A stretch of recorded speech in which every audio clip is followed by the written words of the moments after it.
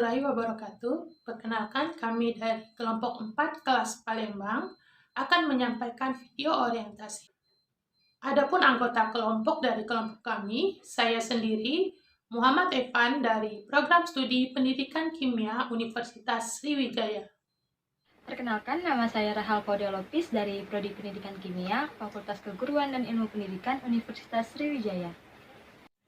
Saya Cindy Aguirela Manalu dari Prodi Pendidikan Kimia Universitas Sriwijaya. Nama saya Handial Fahri dari Program Studi Pendidikan Kimia FKIP Universitas Lambung Mangkurat. Tujuan pembelajaran ialah mampu mengkaji implikasi lipid dalam kehidupan sehari-hari. Selamat Selamat menyaksikan. menyaksikan. Prosedur proyek 1. Carilah dan pahami materi mengenai lipid.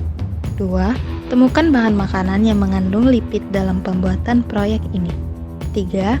Amati, kemudian rekam bahan objek yang menjadi sasaran. 4. Edit video yang telah didapat dengan semenarik mungkin. Lipid atau lemak didefinisikan sebagai senyawa organik heterogen yang terdapat di alam dan bersifat relatif tidak larut dalam air, tetapi larut dalam pelarut non-polar. Lipid merupakan sebagai bahan bakar metabolik untuk memberikan energi kepada sel-sel tubuh, komponen struktural membran sel, menghemat protein, memberi rasa kenyang dan kelezatan, meredam dampak benturan pada organ tubuh, komponen pembentuk hormon atau fungsi endokrin, dan vitamin yang larut dalam lemak. Lipid dapat dibedakan dalam 3 kelompok besar. Yang pertama, lipid sederhana atau simple lipids.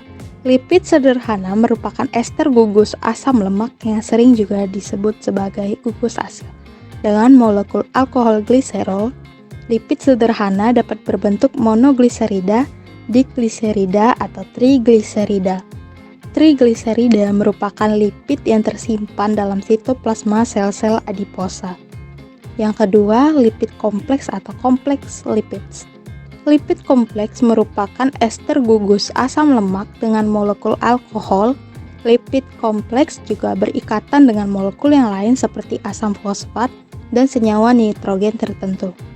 Asam lemak tidak hanya mengalami proses esterisasi menjadi molekul lipid yang lebih kompleks, tapi juga dapat mengalami proses transformasi metabolik menjadi senyawa-senyawa baru yang disebut sebagai turunan lipid.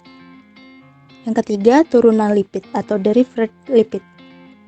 Turunan lipid dapat dikelompokkan menjadi beberapa kelompok besar, seperti eicosanoid, isoprenoid, dan badan keton atau keton bodies, dan sebagainya. Minyak adalah salah satu kelompok yang termasuk dalam golongan lipid, yaitu senyawa organik yang terdapat di alam serta tidak larut dalam air, tetapi larut dalam pelarut organik non-polar. Minyak merupakan senyawa trigliserida atau triacylglycerol. Hasil hidrolisis minyak adalah asam karboksilat dan gliserol. Asam karboksilat juga disebut asam lemak yang mempunyai rantai hidrokarbon yang panjang dan tidak bercabang. Minyak zaitun atau olive oil merupakan trigliserida yang dominan dengan kandungan asam lemak tak jenuh, yaitu asam oleat 75%. Minyak zaitun memiliki warna kuning pucat dengan rumus molekul C18H34O2 dan memiliki berat molekul 282,5 gram per mol. Berikut adalah kandungan gizi minyak zaitun berdasarkan Food Data Central US Department of Agriculture. Mentega atau yang sering disebut dengan butter terbuat dari lemak hewani. Cara pembuatannya yaitu mengaduk krim susu sebagai bahan dasar sampai menjadi lemak padat. Mentega umumnya tersusun dari lemak dalam jenis trigliserida. Trigliserida adalah molekul yang terbuat dari 3 asam lemak yang terikat pada gliserol atau alkohol gula. Berikut adalah informasi nilai gizi mentega per 100 gram menurut publikasi Kementerian Kesehatan Republik Indonesia.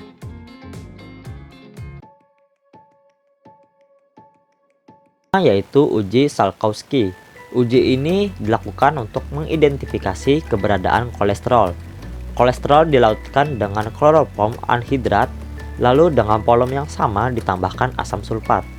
Asam sulfat berfungsi sebagai pemutus ikatan ester lipid.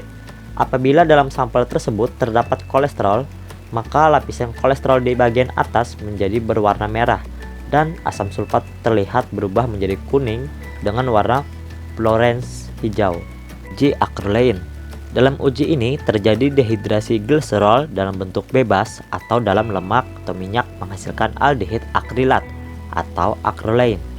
Uji acrolein digunakan untuk menguji keberadaan gliserin atau lemak.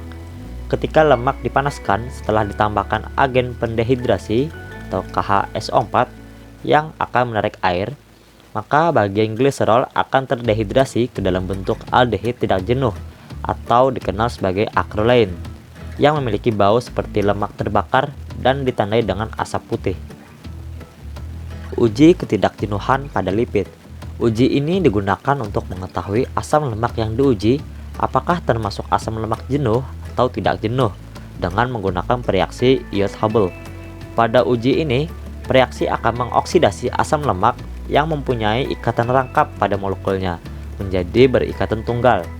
Warna merah muda yang hilang selama reaksi menunjukkan bahwa asam lemak tak jenuh telah mereduksi reaksi Iott-Hubble. Uji bilangan penyabunan. Tujuan bilangan penyabunan ialah menunjukkan berat molekul lemak dan minyak secara kasar. Bilangan penyabunan adalah jumlah miligram KOH yang dibutuhkan untuk menyabunkan 1 gram lemak. Kesimpulan. 1. Lipid merupakan senyawa organik heterogen yang terdapat di alam dan bersifat relatif tidak larut dalam air, tetapi larut dalam pelarut nonpolar. 2. Lipid dapat diklasifikasikan. Salah satunya simple lipid yang terdiri dari monogliserida, digliserida, dan trigliserida. Ketiga, mentega dan minyak zaitun termasuk lipid, yaitu trigliserida. Keempat, uji acrolein, uji ketidakjenuhan pada lemak, uji Salkowski, dan uji penyabunan merupakan uji pada lemak atau lipid.